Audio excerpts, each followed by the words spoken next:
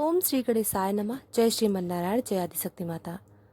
दोस्तों, आज हमारे इस वीडियो में जानेंगे मोहिनी एकादशी का शुभ मुहूर्त, व्रत कथा और क्या दान करना चाहिए। तो आइए कथा को श्रवण करते हैं। दोस्तों, मोहिनी एकादशी का व्रत हिंदू धर्म में अत्यंत पुण्यदायी माना जाता है। यह वैशाख मास के शुक्ल पक्ष की एकादशी तिथि को मनाई जाती है। मान्यता है कि इस दिन व्रत, जप, तप और दान करने से जन्म जन्मांतर के पाप नष्ट होते हैं और सुख समृद्धि की प्राप्ति होती है। खासकर अगर कुछ विशेष वस्तुओं का दान किया जाए तो जीवन में अन्न धन की कभी कमी नहीं रहती। तो आइए जानते हैं वे वस्तुएं जिनका दान मोहिनी एकादशी पर दान करना अत्यंत शुभ माना जाता है। तो दोस्तों, नंबर 1, अन्न, चावल, गेहूँ, जौ। अन्न का दान सर्वोत्तम माना गया है। यह जीवन की मूलभूत आवश्यकता है। मोहिनी एकादशी पर अन्न का दान करने से घर में कभी भी भोजन की कमी नहीं होती और अन्नपूर्णा देवी की कृपा बनी रहती है। नंबर 2, जल से भरे घड़ा या कलश। जल से भरा घड़ा या ताम्र या मिट्टी का दान करना अत्यंत पुण्यदायी होता है। इसे अक्षय जल दान भी कहते हैं। इससे जीवन में सुख, शांति और धन संपत्ति बनी रहती है। नंबर 3, वस्त्र, साफ सुथरे और नए वस्त्र। जरूरतमंदों को वस्त्र दान करने से जीवन में वैभव और यश की प्राप्ति होती है। विशेषकर सफ़ेद वस्त्र या गिरवे वस्त्र का दान करना अत्यंत उत्तम फलदायी माना जाता है। नंबर 4, छाता, चप्पल और पंखा।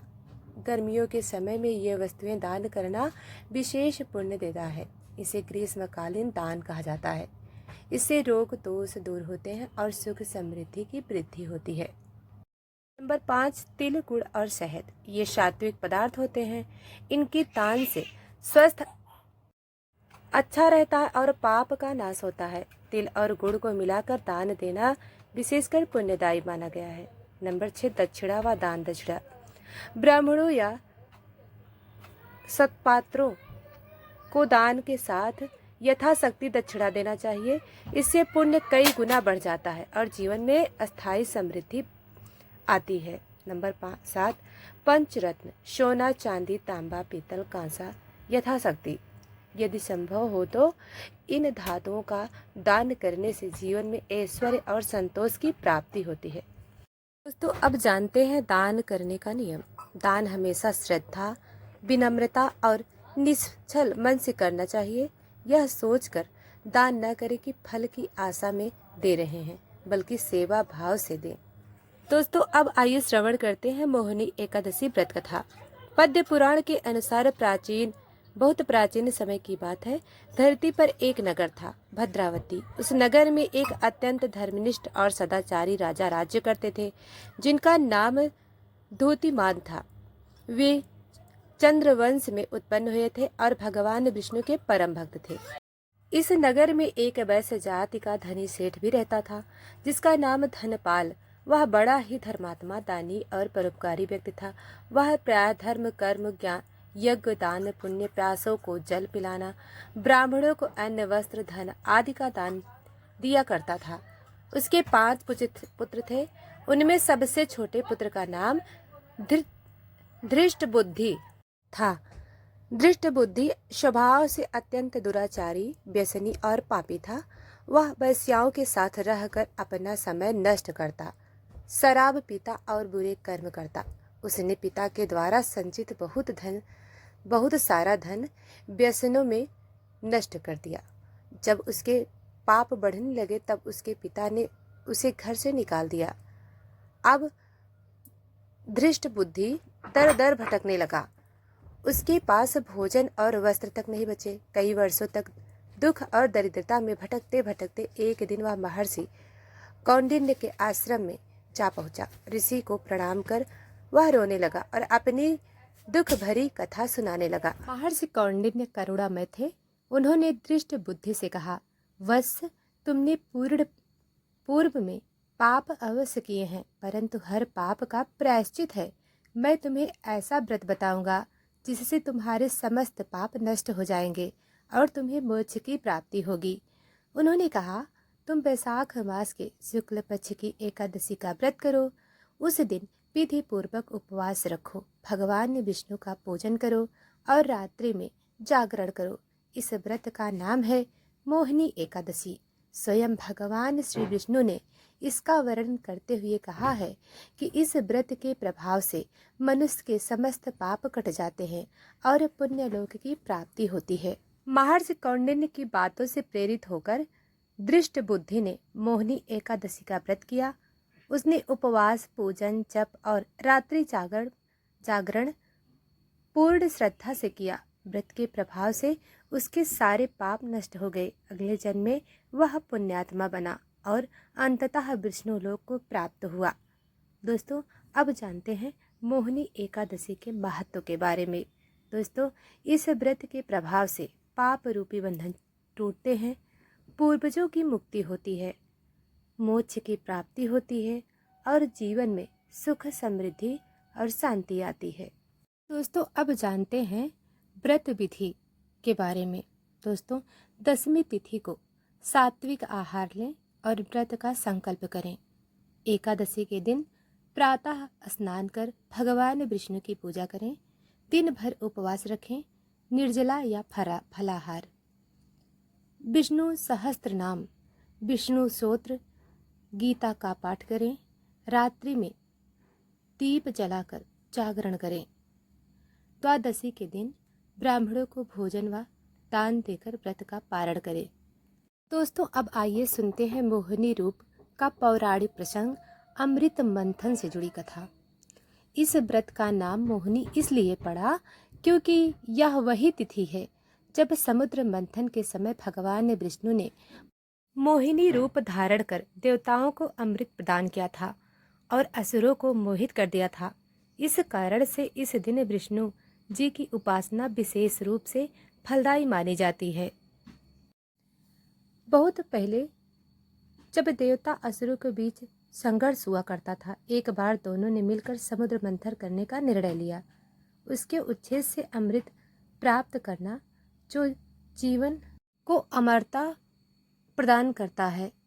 समुद्र मंथन से कई बहुमूल्य रत्न, ऐश्वर्य और अपूर्व वस्तुएं प्राप्त हुईं, लेकिन सबसे महत्वपूर्ण था अमृत। यह अमृत दोनों पक्षों के लिए अत्यंत मूल्यवान था, क्योंकि इसे पीकर वे अमर हो सकते थे। जब अमृत का पात्र समुद्र मंथन से बाहर आया तो उसे देखकर देवता और असुरों में युद्ध शुरू हो गया। दोनों ही पक्ष इसे पाने के लिए एक दूसरे से भिड़ गए। असुरों ने यह तय किया कि वे अमृत को केवल अपने कब्जे में लेंगे और देवताओं के हिस्से में कुछ नहीं आने देंगे। देवताओं की स्थिति बहुत दयनीय हो गई, क्योंकि असुरों की शक्ति और संख्याएं अधिक थीं। इसी समय भगवान विष्णु ने देवताओं के लिए एक योजना बनाई। भगवान विष्णु ने सोचा कि अगर असुरों को अमृत दिया गया तो वे और शक्तिशाली हो जाएंगे और सारा संसार का संतुलन बिगड़ जाएगा। इसलिए भगवान विष्णु ने मोहिनी रूप धारण किया, जो अत्यधिक सुंदर और आकर्षक था। इस रूप में भगवान विष्णु ने अपनी छवि को असुरों और देवताओं के समक्ष रखा। मोहिनी रूप में भगवान विष्णु ने देवताओं से कहा, मैं अमृत का वितरण करूंगा। असुरों के इस छल का पता चल जाता है। जब वे अमृत पीने के लिए तैयार हो गए, वे भगवान विष्णु से शिकायत करने लगे, लेकिन मोहिनी रूप में भगवान विष्णु ने कहा, यह अमृत पहले देवताओं का हक था, वे पहले इससे लाभान्वित होंगे। इस बीच एक असुर राहु ने देवता रूप धारण कर लिया और अमृत लेने के लिए देवताओं के बीच घुस गया। भगवान विष्णु ने उन्हें पहचान लिया और मोहिनी रूप में अपना चक्र चलाया। राहु का सिर कट गया, लेकिन उसका शरीर अमर हो गया और अब राहु के नाम से जाना जाता है। उसका सिर केतु बन गया। यह कहानी राहु और केतु के ग्रहों के बनने की पौराणिक कथा के रूप में प्रसिद्ध है। दोस्तों, यह कथा हमें सिखाती है, यह शिक्षा मिलती है कि भगवान विष्णु ने अपने मोहिनी रूप से केवल धर्म और सत्य की रक्षा की। असुरों को छलने के बजाय यह भगवान विष्णु की योजना थी। जिससे संसार में असंतुलन न हो। उन्होंने यह दिखाया कि सत्य, न्याय और धर्म की हमेशा विजय होती है। मोहिनी रूप भगवान विष्णु को सबसे आकर्षक रूप माना जाता है, जो सभी प्राणियों के हृदय में जीतने वाला होता है। अमृत का असुरों से देवताओं का बांटना यह बताता है कि जीवन में सत्कर्म और पुण्य का फल हमेशा श्रेष्ठ होता है। राहु और केतु का पृथ्वी पर उदय और उनका जीवन अमरता प्राप्त करने उन्हें ग्रह का रूप देना यह दर्शाता है कि किसी भी बुराई या छल का परिणाम हमेशा नकारात्मक होता है। दोस्तों, मोहिनी एकादशी पर भगवान विष्णु का व्रत और पूजन करने से उनके कृपा पात्र बन सकते हैं और जीवन में सुख, समृद्धि और मोक्ष की प्राप्ति कर सकते हैं। दोस्तों, मोहिनी एकादशी का व्रत विशेष रूप से उन लोगों के लिए फलदायी माना जाता है जो जीवन में अन्न, धन, सुख, समृद्धि की कमी महसूस करते होते हैं। यह व्रत न केवल पापों का नाश करने के लिए बल्कि यह आपके जीवन में स्थिरता और शांति लाने के लिए भी अत्यधिक प्रभावित है। इसके व्रत से व्यक्ति के कई प्रकार के लाभ होते हैं। पापों का नाश। मोहिनी एकादशी का व्रत सभी प्रकार के पापों को समाप्त करने वाला होता है। इसे विधि पूर्वक करने से व्यक्ति के सभी पाप समाप्त हो जाते हैं और पुण्य के भागीदार होते हैं। खासकर उन लोगों के लिए यह अत्यधिक फलदायी है जो किसी पाप के कारण मानसिक और शारीरिक रूप से पीड़ित रहते हैं। नंबर 2, धन संपत्ति की प्राप्ति।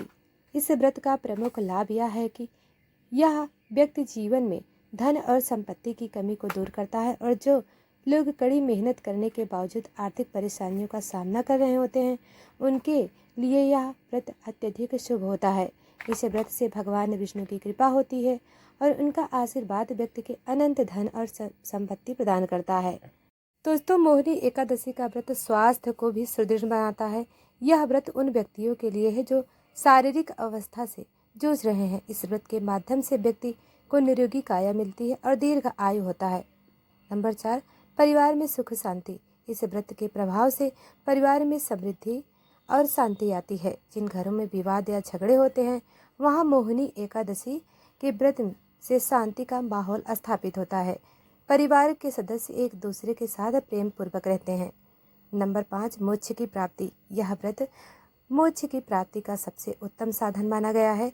यह जन्म मरण के बंधन से मुक्त करता है और आत्मा को परम शांति प्रदान होती है।